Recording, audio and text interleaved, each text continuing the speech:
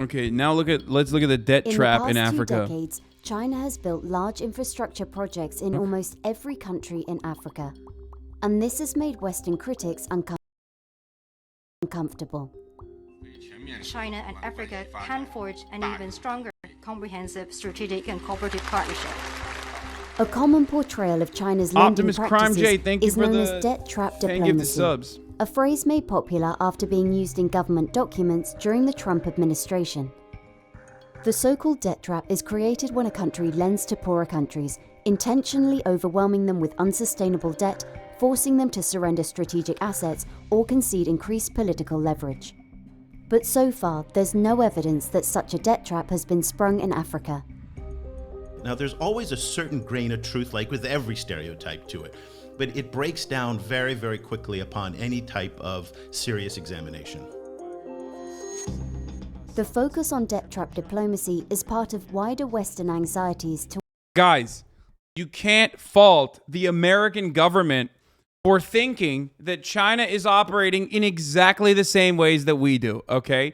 If you are a hammer, then everything looks like a nail. And sometimes you look at other people and you mistake them for hammers as well, okay? Maybe they're a screwdriver. Maybe they're not a hammer, okay? That's what's going on here when they say China is doing debt trap diplomacy.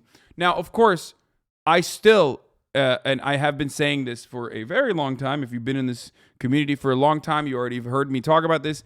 We don't know what China will do when the checks bounce, okay? Or we don't know what China will do when America decides to, fund a fucking coup in a country because they want more preferable treatment from the government. Instead of the Chinese mines that they own. What if America were to do USSR style nationalization initiatives in a country, and in an effort to get to the nationalization, they would beef up fucking communist paramilitaries, do a coup d'etat, and then do a second coup d'etat on the communist paramilitaries, and then privatize it again, but at the behest of Western nations instead of Chinese ones this time around. I'm obviously spitballing here. Who knows what the fuck they would do? I mean, that's not been done yet, okay? That hasn't been done yet. So, but I wouldn't put it past them. I don't even know if they have the mileage anymore to be able to pull shit off like this, but... Why hasn't America done this in Africa? What do you mean? They what? They have. I was just talking about. I was talking about what the article that I sent illustrates what happens when the checks bounce. Okay, let's just watch. We'll see. We've already seen that Chinese investments in Chinese infrastructure projects have been linked to increasing Chinese influence within the host country ruling elite. That may end up becoming somewhat of a leverage point for China to push some of these countries or ruling elites to side with China on critical issues that are important to the U.S. or to its allies. But while the U.S. has focused its Africa strategy on aid and social services, China has been building. African governments themselves said, we are tired of aid and charity. We want to do trade. We want to be treated like partners. The Chinese came along and said, great, we don't do aid and charity. We want to do business with you. Global Gateway will mobilize 300 billion euros till 2027. Now the US and Europe are answering back with their own infrastructure initiatives to counter China. But come on, bro. Oh, dude, what happened? I thought China was the one who fucking stole IP. What's going on, brother? You can't be... Well, we will do 2 belts and 2 roads initiative. How about that, okay? You know, 1 belt, 1 road. Okay, how about 2 belts and 2 roads, okay? Yeah, that is right. We're giving you 2 belts.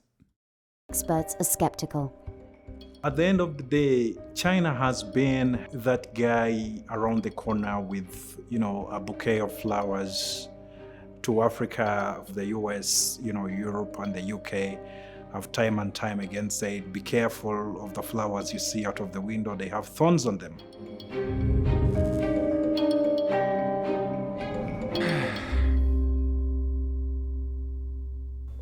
In Ghana, the handover of power from the British government went off smoothly and with dignity.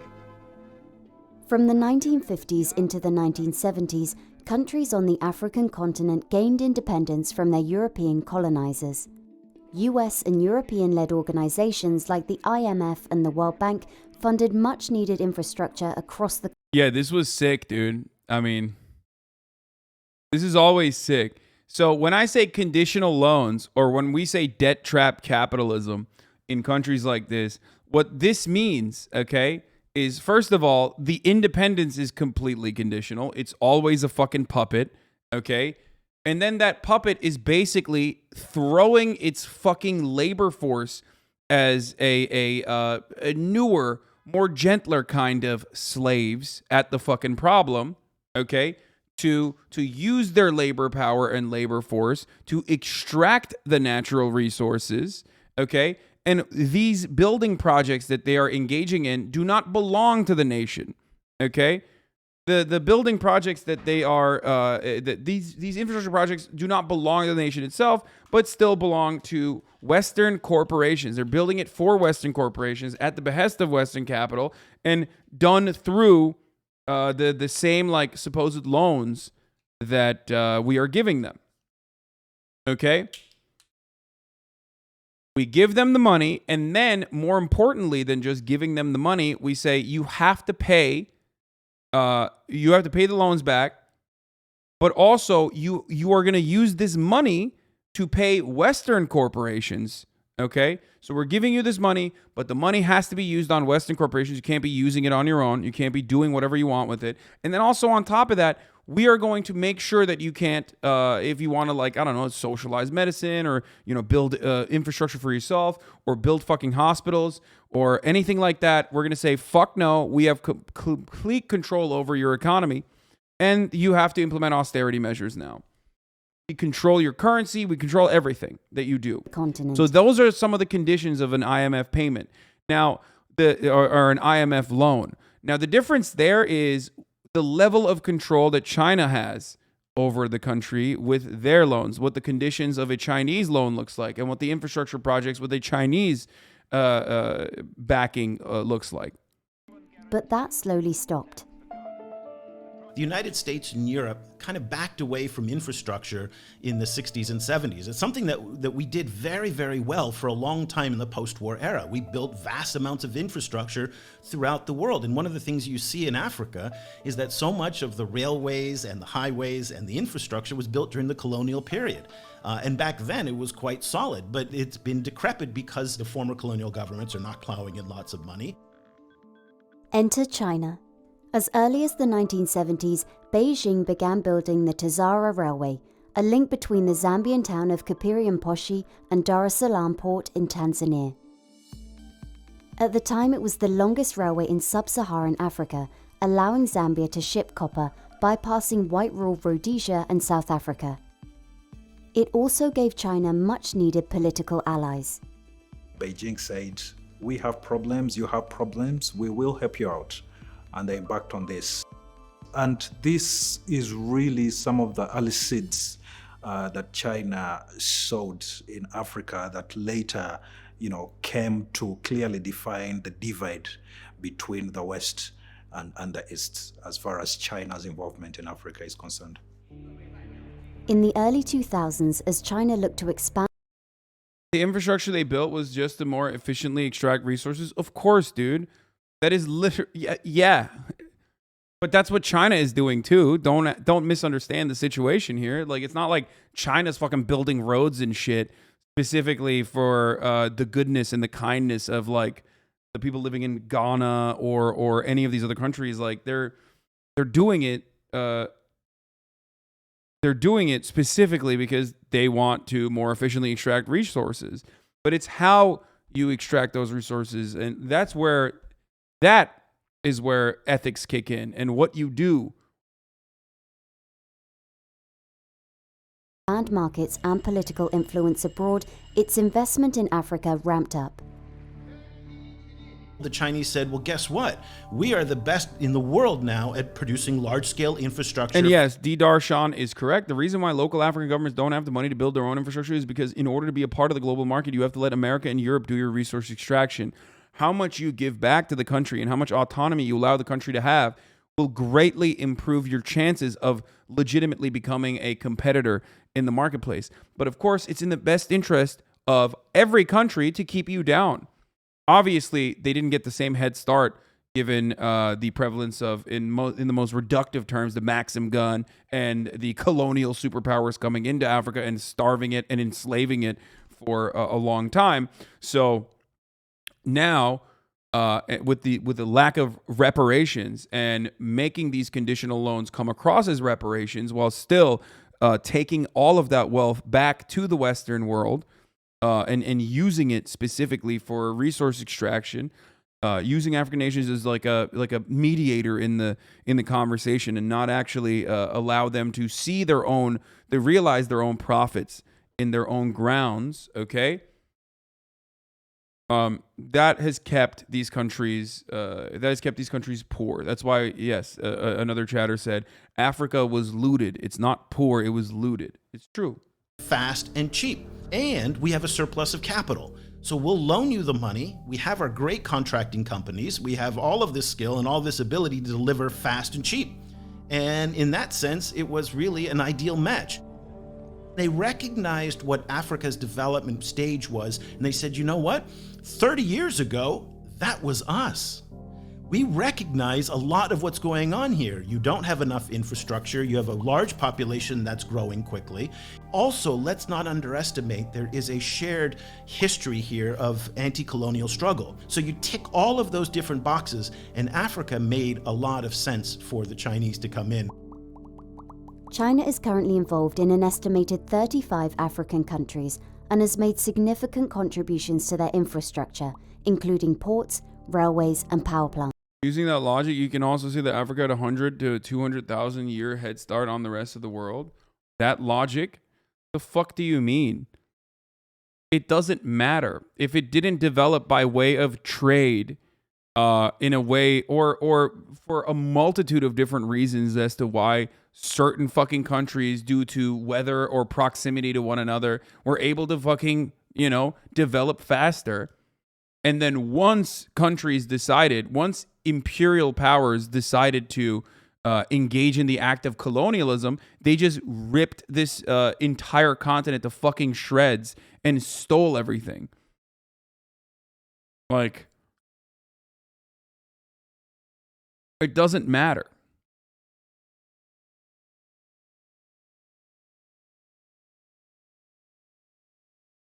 Yeah, like, you think that it's, first of all, the reason why that person said what he said is because he's pointing at a very racist idea.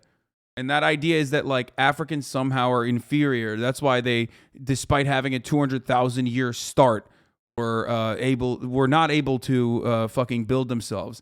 Or the idea that, like, because humanity started in Africa, technically that, like, what, they're enslaving themselves? They just, they evolved into white people elsewhere and then came back and enslaved themselves, technically, right? Like, it's fucking insane. You're trying to find a justification for colonialism when, you're just a racist piece of shit. Okay?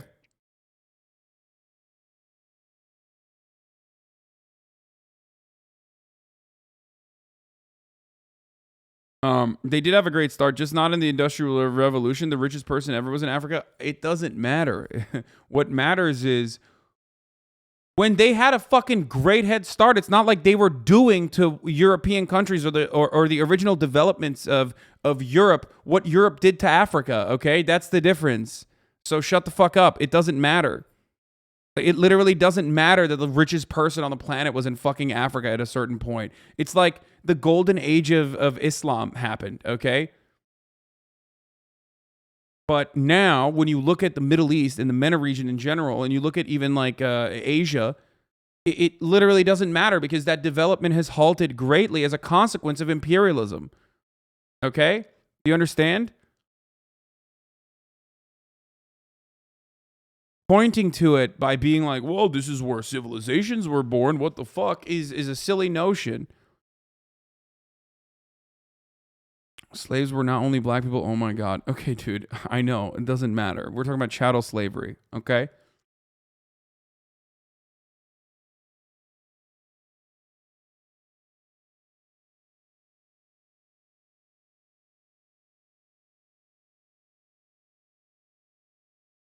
Europe is also full of peninsulas and mountain ranges for protection. It's in the perfect place to grow with constant invasion. Africa has a lot less geography to its advantage to grow like Europe in a world marketplace.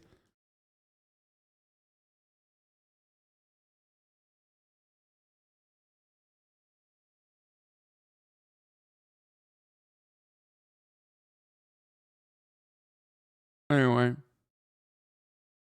People don't get how golden age of Islam directly caused the white Protestant Christian supremacy that during the Industrial Revolution colonized the world. I mean, that's why I always say culture is shared, okay? It's a completely shared concept. I don't know what's going on. I think Twitch is breaking a little bit. We're not seeing sub badges. And also, not only that, but you can't send any links right now, which really sucks because at the top of the hour, there's a 60-second ad break. I hope it doesn't serve an ad for all of you when I do run that ad break. Because as you probably already know, if you want to avoid those ads at the top of the hour, all you need to do is subscribe, which you can do for $5, or you can do for free with a Twitch Prime. If you subscribe now, you won't be able to see the ads. So there's that. I don't even know if you can subscribe though, because right now shit's a little broken. Just, try it out. Try out your Twitch Prime. It's free. I'm not seeing any notifications, so maybe you can't. Anyway, here's the 1 minute ad break now. If it runs an ad for all of us, we should sue Twitch real quick. Is it running an ad? Did you guys see it?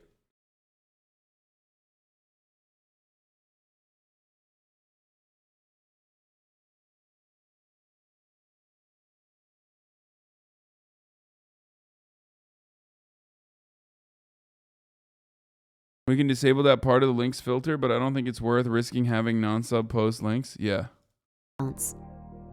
It's estimated that China has invested more than $340 billion in Africa. So compared to how much China is investing across the world, this may not be as much, but for Africa, it's a lot of money because of the huge infrastructure gap that Africa faces. But there are noticeable differences between Chinese financing and how the West lends, historically with low interest rates and flexible terms. There must be over millions of different types of loans out there. But if you were to take an eagle's eye view of the different kinds of loans involving Chinese lenders, then you can broadly categorize them into 3 different types. The loans fall into 3 categories: zero interest loans offered as aid, concessional loans which have a lower interest rate often intended for large infrastructure projects, and the most common, commercial loans with higher interest rates in line with what you would get from a typical private bank. One of the very interesting trends that You're wrong about Muslims not doing imperialism in the golden age of Islam. They just did it in South Asia. It wasn't as brutal economically. No. I was talking about Western expansion, which there were efforts to, but, they didn't succeed in the same way that Western countries were able to fucking rob and destroy Africa. Nothing compares to that. Discuss Chinese. Of course, they did a lot of imperialism. There's a tendency to bunch all 3 together. Well, the very first question you should ask yourself whenever you see something like that is, well, are they comparing apples to oranges? Because if you're comparing commercial loans to something available from the World Bank or one of its different agencies, then you're not really comparing like for like. And the fact of the matter is this, and I hope the borrowers out there are listening, 95%, if not 99% of the loan agreement are there in favor of the lenders, no matter who you deal with. This is because by the time you sign that loan agreement and you get the money, you'll have the money in your hands, and the only thing the bank will have is a piece of paper. That is why the loan agreements are in their favor. In one report which analysed 100 Chinese contracts, it revealed that the loans are structured to give an advantage over other creditors and allows action to be taken if the borrower acts contrary to the interests of a People's Republic of China entity. There are also unusual clauses that shroud agreements in secrecy. When you look at multilateral lenders like the World Bank and the different agencies, they're talking to me about who Turkey colonized. Bitch, you think I don't know? 1453, best year of my life. Turkey colonized Syria, Iraq, Palestine, Egypt, Libya, Tunisia, Algeria, the Hejaz, Aden, the Gulf Coast, the Caucasus region, Greece, Macedonia, Albania, Bulgaria, Romania, Serbia, Bosnia, Hungary, southern Ukraine and the Crimea. They tried to colonize Iran, Italy, and Austria as well. By the way, considering what the Ottoman Empire did to be colonialism, like what fucking France or England or Portugal or Spain has done, is laughable. Sorry, it's just not even, like, you can say I'm a fucking Ottoman supremacist or whatever the fuck, or you can say I'm biased, but you are literally ahistoric in your approach if you think that these two, any of these countries, are even remotely comparable to what the Western world has done. Straight the fuck up. I will absolutely stand by that, okay? It's like comparing chattel slavery to the fucking Devshirme program, okay? Ridiculous. Fucking ridiculous. You do not understand what the fuck you're talking about if that's your take.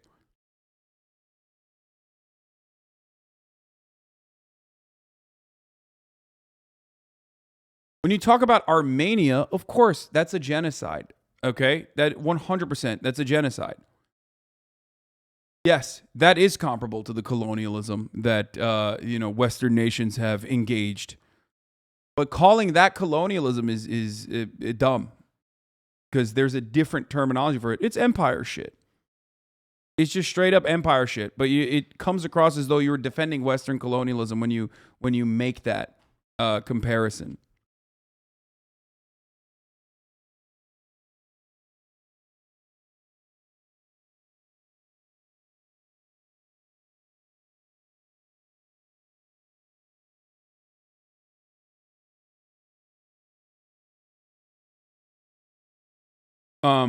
But as far as like the Ottoman Empire, of course it's empire. Like they did some fucked up shit. Of course they did fucked up shit. I think your view on the Ottoman Empire is skewed by your early education. No, of course no. The Ottoman Empire absolutely, without a doubt, did fucked up shit. You're crazy to say that they did not. Okay, that's what empires do. There is no empire that did that. Has why are there suddenly 28,000 experts on the Ottoman Empire? It's just how it is, baby.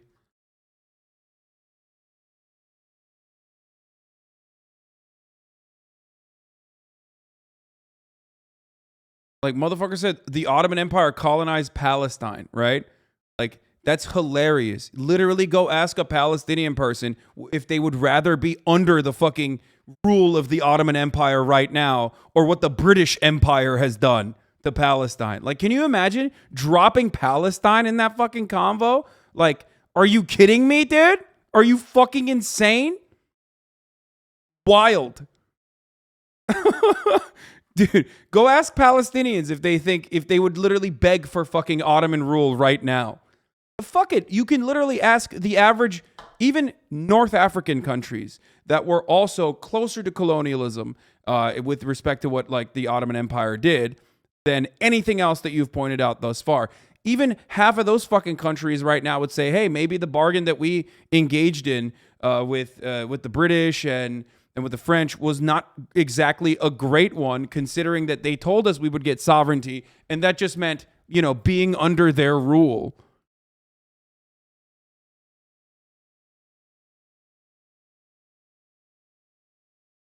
You know?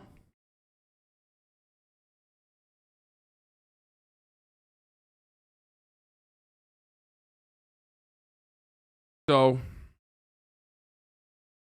as a Bosnian, even though you guys subjugated us for 500 years, at least you gave us Islam, alhamdulillah.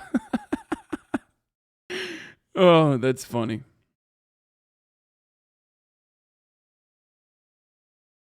King Leopold cut off the hands and feet of African men and women and children in the Belgian Congo. Not the same as Ottomans at all. West was terribly cruel. Yeah, I mean, the Ottoman Empire did some fucking, of course, it was an empire. They did some fucked up shit. I mean, there's the eunuchs in the fucking harem, for example, which wasn't like common practice in comparison to like, the mass production of fucking chattel slavery, using humans as straight up slaves, or nearly as perverse or as popular as what King Leopold was doing, or even fucking Christopher Columbus, to be honest. But there were still eunuchs in the harems. Literally did that. The British used to cut the Bengalis' thumb so that we couldn't revive our garment industry, which was more popular than the British one.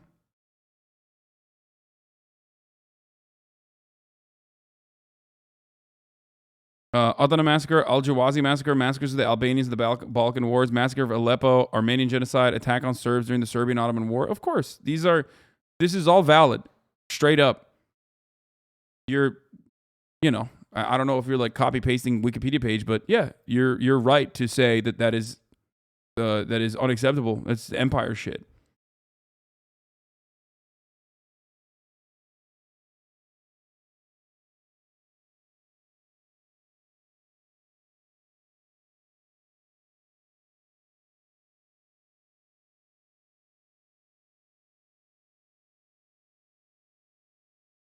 You think you had Albanian Janissary ancestors? Maybe you're actually Albanian.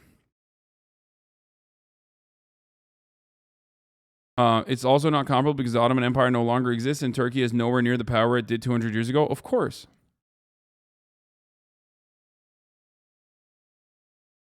But there's a reason why you hear about Stalin's famine and never about the manufactured famine that Churchill engaged in, okay? That's because the West controls the flow of information, okay? Just remember that. Like most of you have no fucking idea. Anyway, let's continue. Shareholders are countries, and they're required to publish their lending and activities just to be transparent. They don't have any choice. On the other hand, when you come to commercial banks, then you'll see a very different case. And that is, banks often are under a duty of confidentiality to their clients. I think the Chinese banks are no different. But the rush to give out loans. You are biased because of your Turkish education, and Chad is biased because they have no education. You can see the difference in religion. Most of those former territories of Ottomans are still Christian, but Europeans enforced their religion pretty harshly on the territories they conquered. Yes, I didn't want to get into that, but that is the main difference between Ottoman imperialism and other imperial powers in that same time period, or even further after that same time period. The idea of like doing missionary work was not the same thing. I mean, there certainly was still conversions that occurred, obviously, in the name of Islam, but the reality was that the most you got was a tax, an additional tax for not being Muslim, and that was it, which is far more preferable to the fucking mass enslavement, murder, and forcible fucking re-education of all peoples that you are subjugating.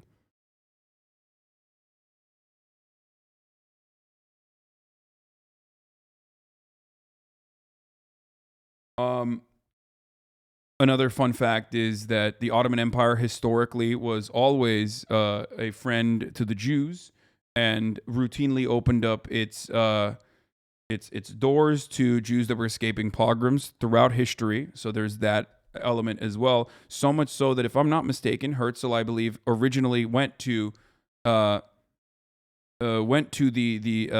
emperor at the time to ask for Palestine before anything else. Which, of course, they said no to, but...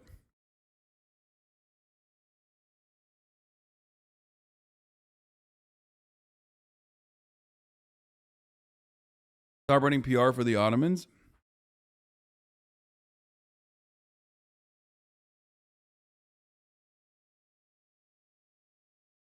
Isn't that a factor of Islam and not the Ottomans? Islam makes explicit carve-outs to protect people of the book and other monotheists as long as they are not idol worshippers. Yeah. Don't get me started on the comparison of the Dev Shidman program, which this person is actually pointing to, which is literally like in a different fucking layer, on a different fucking stratosphere in comparison to chattel slavery. Again, we're comparing slavery to slavery, but obviously it's different. But you're right. In a weird way, I guess, sort of exploitative way, that there was also a way for venues for non-Turks to gain power in the Ottoman Empire and Ottoman court-like janissaries. Almost all of the famous architects, artists, that rose through the ranks were risen through the Devshirme program. No such comparison exists in the West. Still wrong. Still, of course, it's still wrong, but like I've mentioned before, that like you can't. Devshirme program İngilizcesi yok mu bilmiyorum. Ne olur? No, I think it's Devshirme. Devshirme is how they say it.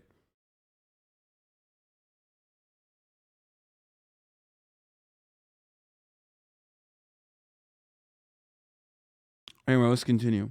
Loans by the Chinese has meant some of their early investments weren't as profitable as projected. So when China stepped into the field, it was much welcomed by the developing world that there would be increased financing for infrastructure.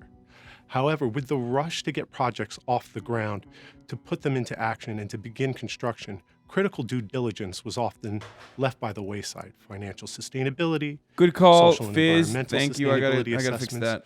kind of never were done, or were done haphazardly, or were simply not transparent or available to the populations.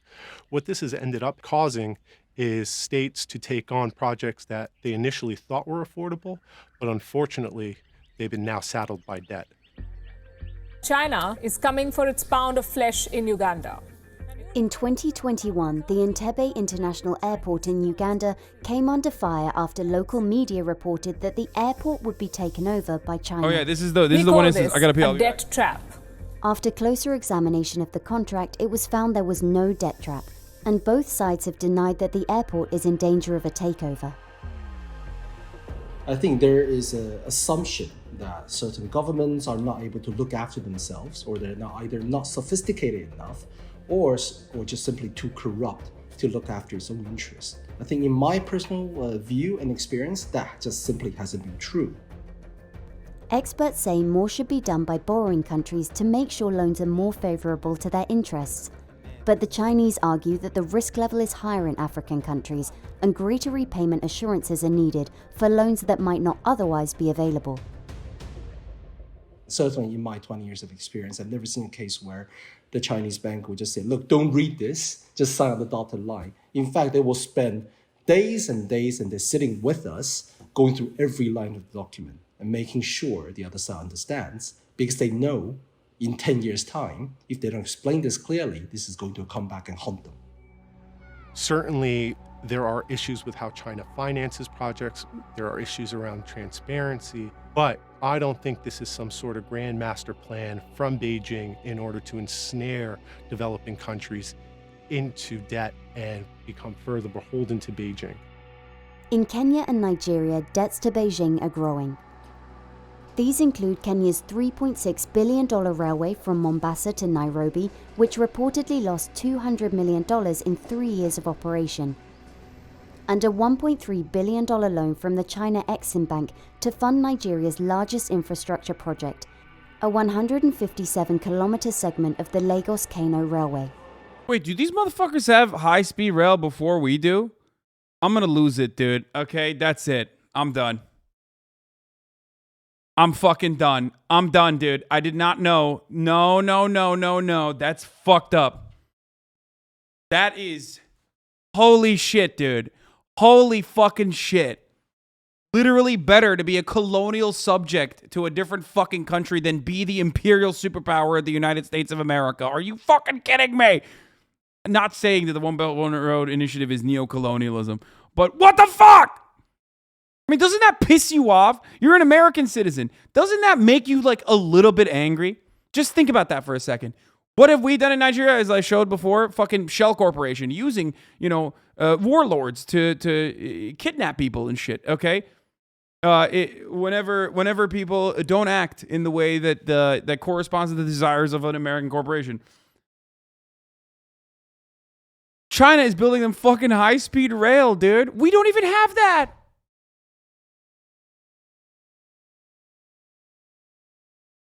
That's so...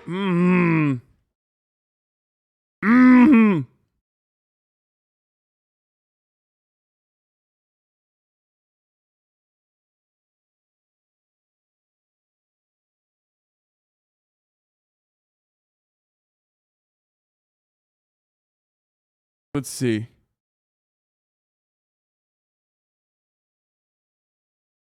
Oh, they haven't yet. No, they just, wait, no, they do. No, this is, the Lagos one is 330 kilometers. Yeah, this is a 37-kilometer intracity rail system. Oh my God, they literally do. Oh my God, Lagos has high-speed rail. We don't. Oh, wow, that's fucking tight. That's crazy. The government itself can't afford to finance these things. The private sector isn't really stepping up. Bro, China, please, dude, please. I will be your colonial subject. Please, let me get some trains. Come on. Please, just take over. Just take over California. Xi Jinping, please take over California. Cut these fucking... Just cut the fucking commute down. Oh my God. Imagine the possibilities. China takes over California. Okay. We become its colonial subject. Okay. California is now a vassal state that praises is liberated by Xi. Okay. California. Actually, they changed the name to California. Okay. And then, oh God, the traffic. It would abolish. There would be no traffic. Pee-pee poof traffic, dude. Oh, just so much public transit, dude. What the fuck? Trade Taiwan for California?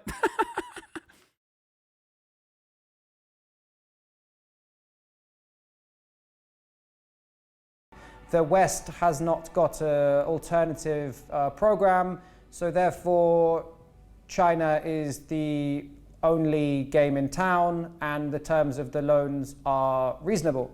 At the same time, you have members of the National Assembly, particularly from the main opposition party, vocally criticizing the government for what they perceive to be a lack of transparency around the management of the loans from China. They often articulate this worry that you hear in other parts of Africa, that China will try and seize Nigerian assets in the event of a default by the Nigerian government. But looking closer at Kenya and Nigeria's total public debt, it doesn't appear that China's in a position to use the debt it's owed as leverage. In Kenya, Chinese loans account for about 10% of the country's $70 billion total debt. And it's even less acute in Nigeria, where the Chinese debts are just about 3 to 4%. So again, we have to focus on the data as it is, not as these narratives and these storytelling, which we have these fantasies that Kenya is going to be taken over by the Chinese. One country cannot control another country just by owning 4 to 10% of its debt. Only a handful of countries on the African continent have a significant amount of debt owed to China, and most of them owe much more to private bond markets. Africa does not have a Chinese debt problem. Angola... Yeah, where those private debt markets centered, I think. Weights about a third of all Chinese debt in Africa. So take Angola out of the issue, then you have an even less serious problem in that respect. So it's very important that we narrow down this problem to be what it is. But it only takes one bad deal to affirm Western fears. In the Democratic Republic of Congo, a controversial method of borrowing based on future natural resource revenue has meant some projects have fallen victim to corruption. Congo has a very, very significant mining industry. It's Africa's biggest producer of copper. It's by far the world's biggest producer of cobalt. Cobalt is a key ingredient in the rechargeable batteries that power electric vehicles. You hear politicians talk about Congo saying that high-speed rails aren't worth the toxic pollution of rare earth mining and processing. Dog, I'm not like, dude, what do you mean, dude? You're literally on Twitch. You're currently on Twitch. If you're on Twitch, you can't talk about the pollution of rare earth metal mining. What are you talking about? How else are you gonna fucking you need a battery. How are you gonna fucking put batteries in your phone and everything else?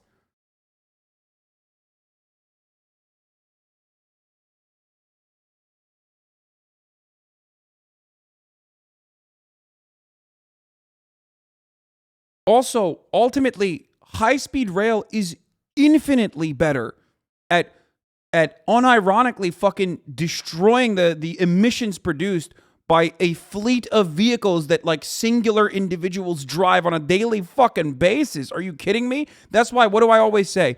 Blow up every fucking cruise ship, okay? And high-speed rail and public transit across the board. No more cruise ships, and only allow fucking and really beef up public transit. You would be able to unironically reduce a fuckload of emissions with that. Just that alone. That we are to cobalt as Saudi Arabia is to oil. However, up until now, at least, the benefits to government revenue and the benefits to the population at large have been rather limited. In 2008, China and the Democratic Republic of Congo agreed that Chinese companies would finance $3 billion worth of infrastructure. I love this. This doesn't show the bad side. Bad side of it, though, they do routinely engage in large-scale corruption, routinely engage in the same mindless infrastructure building without actually looking at its feasibility, which they've done within China as well. Dude, who cares? I hate it. It's like that's got real fucking, the postal service doesn't actually turn profit energy, okay? It's infrastructure. Do the infrastructure. It's fine. The corruption side is, of course, a problem. And unfortunately, no matter what happens, you know, there's still corruption. Benefits to the population at large have been rather limited. This is real. This is very real. Like, it's not like these dudes, I mean, other than like the infrastructure development, the average fucking person in Congo is not realizing the wealth that they are extracting from the ground. You know what I mean? Historically speaking, though, they're stuck between a rock and a hard place, and they prefer, up until now at least, they prefer the Chinese loans and the Chinese development to the Western one. And there's obvious reasons why they don't like the Western one. I mean, come on, dude. It's fucking Congo. Historically, the Chinese man has not fucking cut their hands and feet. You know? Maybe that has something to do with it, right? Shouts out to the fake country of Belgium, which is not a real country. It's just a project. It exists in the minds of people that say that they're from Belgium. In 2008, China and the Democratic Republic of Congo agreed that Chinese companies would finance $3 billion worth of infrastructure and build a $3.2 billion copper and cobalt project whose tax-free profits would repay both investments. China, with the help of these mines, has now come to dominate an industry at the heart of future technologies. And leaked documents reveal millions of dollars that flow from Chinese entities, including the multi-billion-dollar mining project, to the family and associates of Congo's then-president, Joseph Kabila. If the example of Congo applies elsewhere, these companies operate with a real deliberate lack of transparency. And if they find a willing partner in a government, as they did in Joseph Kabila's government, this lack of transparency can extend to and really envelop the relationship between the state and these mining companies. There is a lot of anxiety in the West over China's involvement anywhere, really, because it's a strong number two to the US. And I mean, they own like 80%, right? China currently owns like around 80% of all cobalt production on the planet. That is a terrifying prospect for the United States of America. And if you watch the New York Times Daily earlier today, then you would realize that they attribute that to America being too busy with oil. And that's when China was able to, throughout the 70s and onwards, be able to develop relationships within the Congo and in other African nations that America was supposed to do. But unfortunately, we didn't have enough bandwidth. Okay?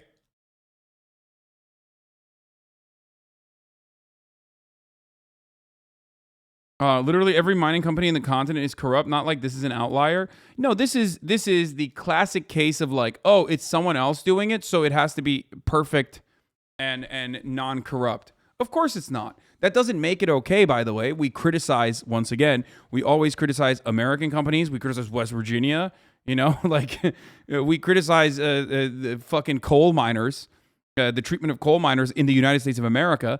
Obviously, there is still going to be corruption, but it would be better if the Chinese government gave them further allowances to, at the very least, develop their country and give more back to their workforce.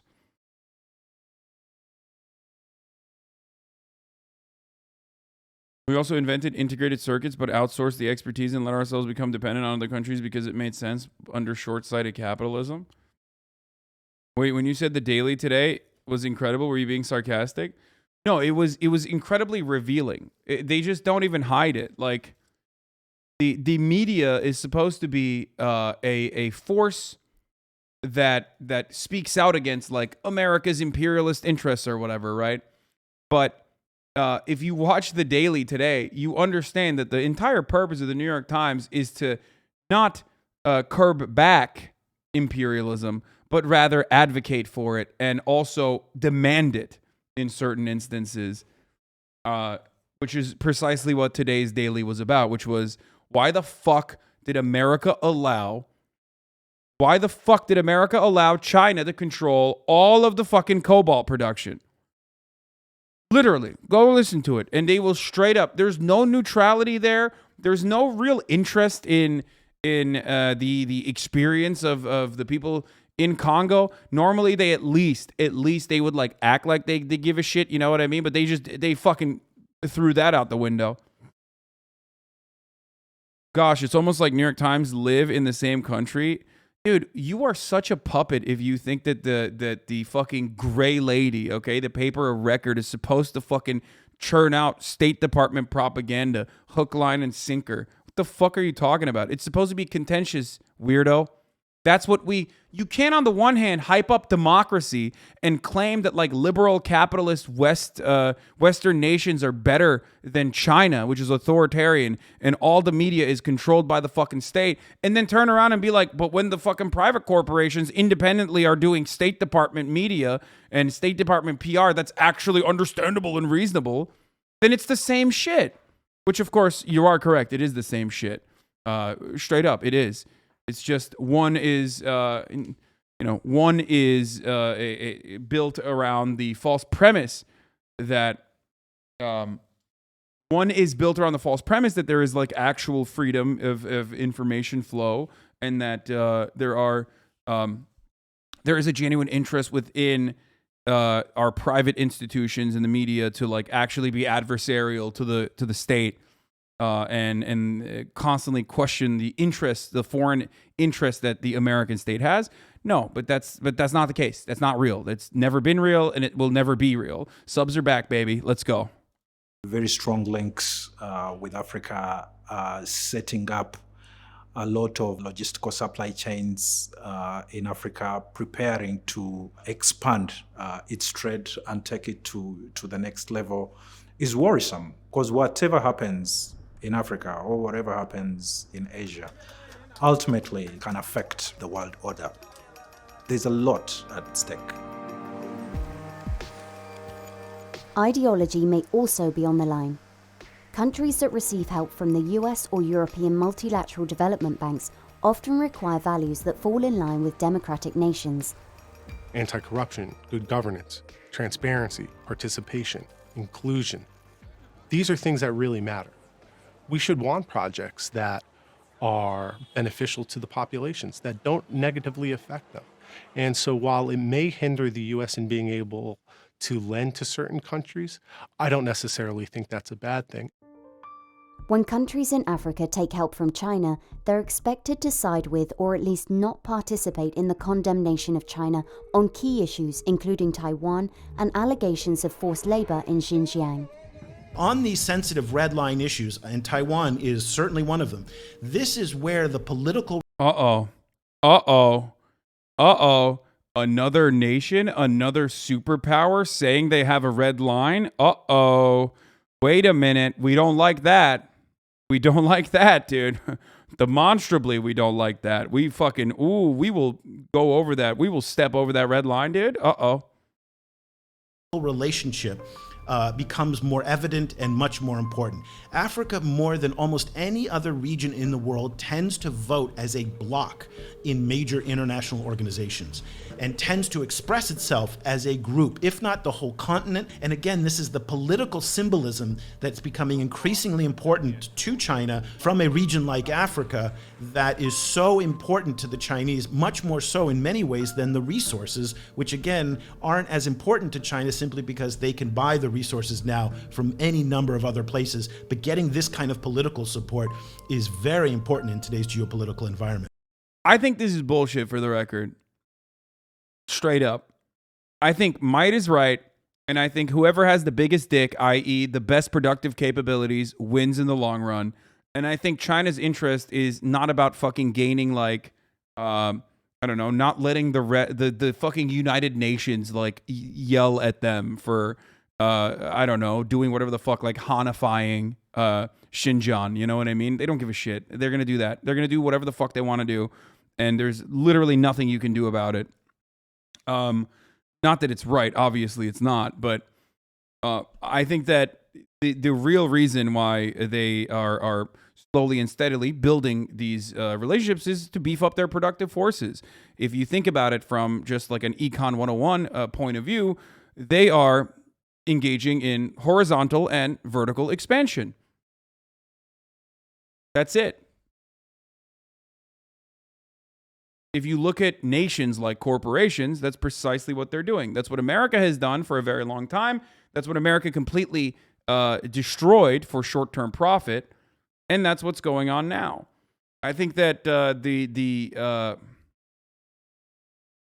idea that like they need the votes of like African nations to be able to like flex their fucking political capital in the fucking in like global affairs is whatever, it's just okay. It's additional. They would rather utilize Australia than these collection of African countries. They just want, I think what their interest in Africa is more so a stronger and as the chatter also pointed out, a stronger and loyal trade partner.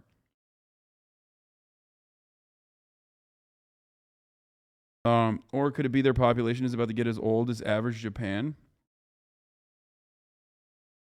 But the Chinese population? Brother, that's a bit of a stretch, I think. If you were to say that they have actually a blossoming middle class, if you want to use a fucking capitalist term, and therefore are no longer able to be a productive labor force that is, competitive with the rest of the planet, that's one thing, which is precisely why the, rate of profit has a tendency to fall in situations like this. So what do? You look for other countries that you need to develop better relationships with and continue on with the industrial capabilities that the Western world desperately relies on to maintain their profit margins, of course.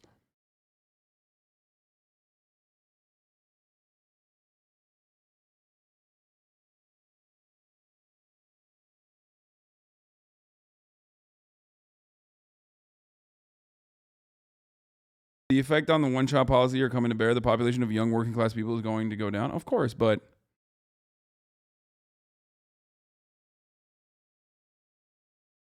what? The idea that might makes right, and then the idea that the country with the highest productive capacity will ultimately win is faulty. Like, what do they win? They become the hegemonic superpower that controls the planet. Border expansion, resource expansion, migration / workforce expansion. You literally just described what superpowers do. You just described like the main goal of countries is wielding the same kind of influence that America has over the world right now. and then said like it's not a big deal. That's it. That's just, you know.